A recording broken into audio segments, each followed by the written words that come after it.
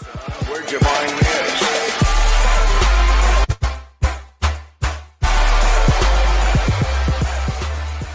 Everybody, what's up? Welcome back to Floydd Lyricc TV. And for those of you who are new, welcome to the channel of the... I honestly wish my voice didn't sound like that. Obviously, we're in a different setting today. This is my room. It's about as big a mess as my life. Basically, this is a pilot episode of a little series that I'm starting on Reddit threads. The most creepy and fucked up Reddit threads, mind you. Now, the first part of the series is called Deepest, Darkest Family Secrets.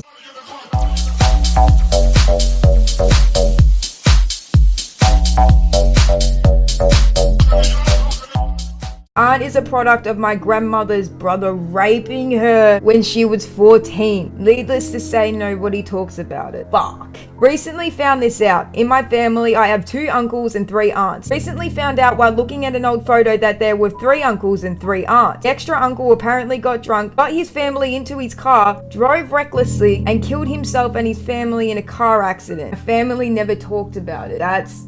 That's messed up. Grandmother's sexually abusive father shot himself in the head. At the time, my grandmother was an adult and married, and when she returned to her hometown to deal with things and be with her family, she learned that her youngest sister, Dean at the time, I think, had been missing for weeks. Fuck. My grandmother's older sister quickly began talking up the idea that the youngest sister had either met with an accident somewhere or run away, and that if she had indeed run away, she would not survive long since the youngest was basically retarded. Apparently being the youngest gives you autism. Older sister did not wait long to start discussing how they could legally get a hold of the youngest sister's assets. Youngest sister was a half sister, her mother was dead, and she had received a decent inheritance from her maternal grandmother's estate. My grandmother and her older sister fought about this for years because my grandmother thought her youngest sister just ran away like the rest of them and was entitled to come back for her money. A handful of years later, my grandmother somehow caught her older sister taking out store credit cards using the name and information of their missing sister. That's red hot. They had a huge blow up about it and didn't speak for years. Many years after that, the family reached an agreement on the issue whether or not the youngest sister should be declared dead. I do not know exactly how the process went down, but while we were trying to get this done, they learned that the youngest sister's SSN was in use. After all this time, it turned out that her identity had been stolen by the older sister's daughter, who was like a generation before her, had run away from the home as a teenager. I was really depressed after her and my dad divorced. She once took me to a friend's beach house and threatened to kill me and herself. Pretty dark years. Well, shit. My grandpa was a piece of shit that molested a few of my cousins. Definitely a piece of shit. But what he did to my mother when she was young was truly horrific and ultimately ruined her life and led her to suicide. That's so heavy. None of them believed her, and only just a year after her death started believing me. Now,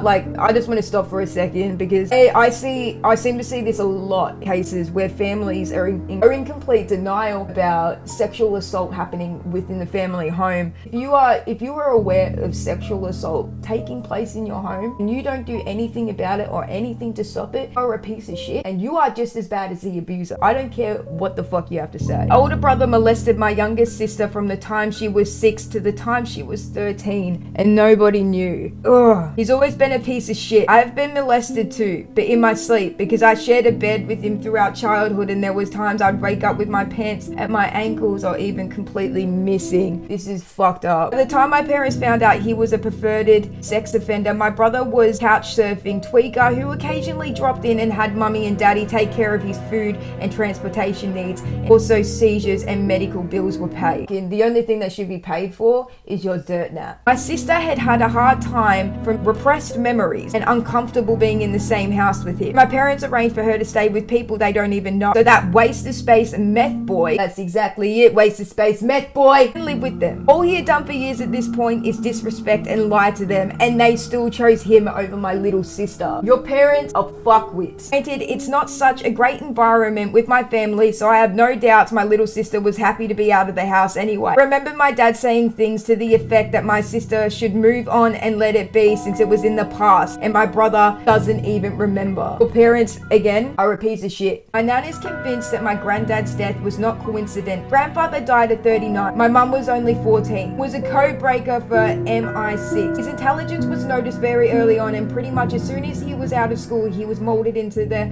MI6 and he was rising quickly. We have been told he died of a brain tumor, which is very much a likely story. What makes the death odd was that 2 of his superiors arrived at their house one evening. He died whilst they were there and never coped well being a widow at 34, and the years of drinking after probably exaggerated her story. My mum doesn't talk about her dad very much, and for this I've never asked about his death. The other one is that my grandmother walked in on her boss molesting my mother. What? And told my mother not to tell anyone. Piece of shit again. That one was a massive shocker for me because my grandmother, while I was growing up, was the kind of person that would tear a person limb for limb if they had done that to me. Guess she regrets it maybe. I know she never said anything to my mother about it, and I doubt she ever will. But shit's unforgivable. My aunt shot a guy in the head in Texas for cheating on her. Still alive, my family had to sell a very busy business to keep her out of jail. He hasn't shot anyone since. My favorite part about that is that she hasn't shot anyone since. That is the positive out of this negative right here. Alright everybody, that's it for the first video of this series of the most creepy and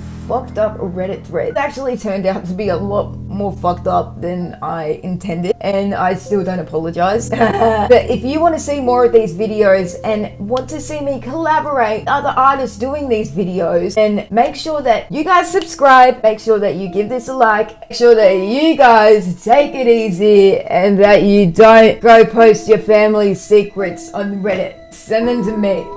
Bye guys.